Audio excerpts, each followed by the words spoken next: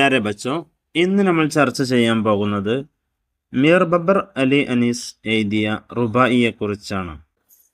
എന്താണ് റുബായി, അതിൻ്റെ പ്രത്യേകതകൾ എന്തെല്ലാം എന്ന് മറ്റൊരു വീഡിയോയിൽ പറയാം.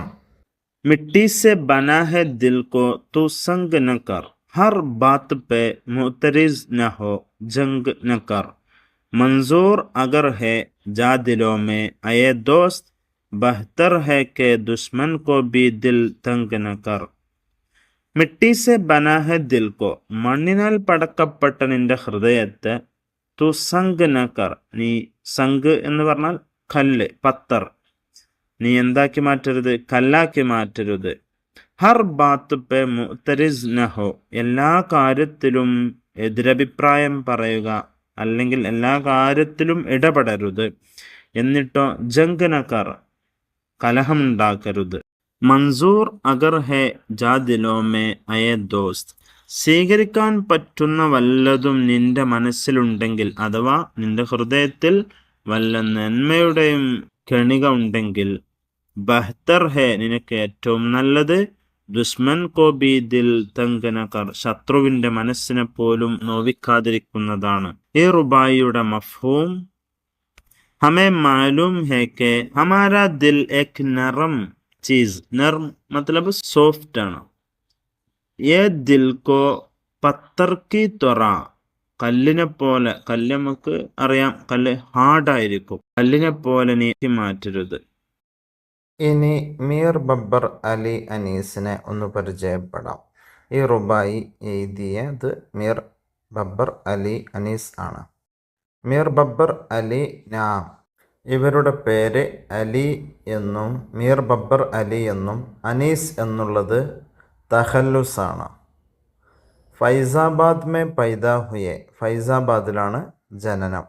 അനീസ് ഏക് ഖാദിറുൽ കലാം ഷാഇർ और മാഹിറ ഫൻകാർ തേ. ഖാദിറുൽ കലാം ഷാഇർ എന്ന് പറഞ്ഞാൽ നിമിഷക്കവിയായിരുന്നു. എല്ലാ ഫന്നിലും നല്ല നിപുണനായിരുന്നു.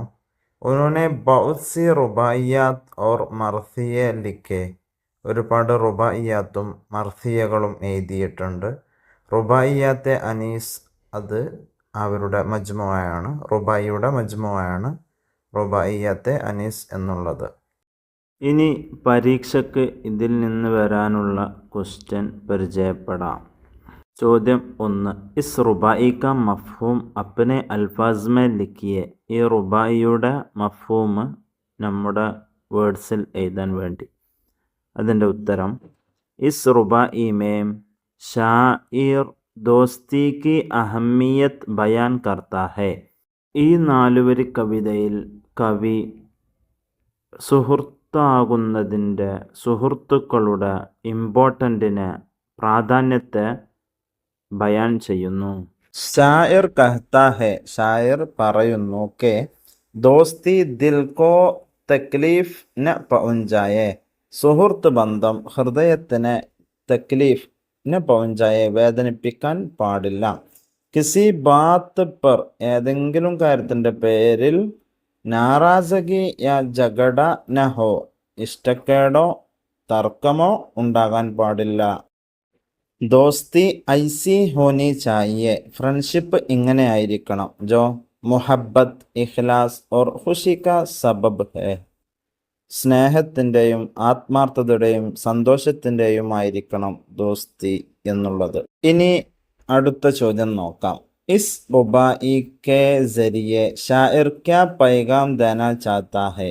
ഷാഇർ എ പൈഗാം ദേനാ ചാഹത്താ ഹെ, കവി ഈ സന്ദേശം നൽകാൻ ആഗ്രഹിക്കുന്നു, കെ സച്ചി ദോസ്തി മുഹബ്ബത്ത് ഇത്തിഫാഖ് और ഖുശി കാ ജരിയെ ഹോത്തി ഹെ. യഥാർത്ഥ സുഹൃത്ത് സ്നേഹത്തിൻ്റെയും ഐക്യത്തിൻ്റെയും സന്തോഷത്തിൻ്റെയും ഉറവിടമാണെന്ന് കവി നമ്മോട് പറയുന്നു. दोस्तों के दरमियान लड़ाई झगड़ा और दिल आज़ारी नहीं होनी चाहिए.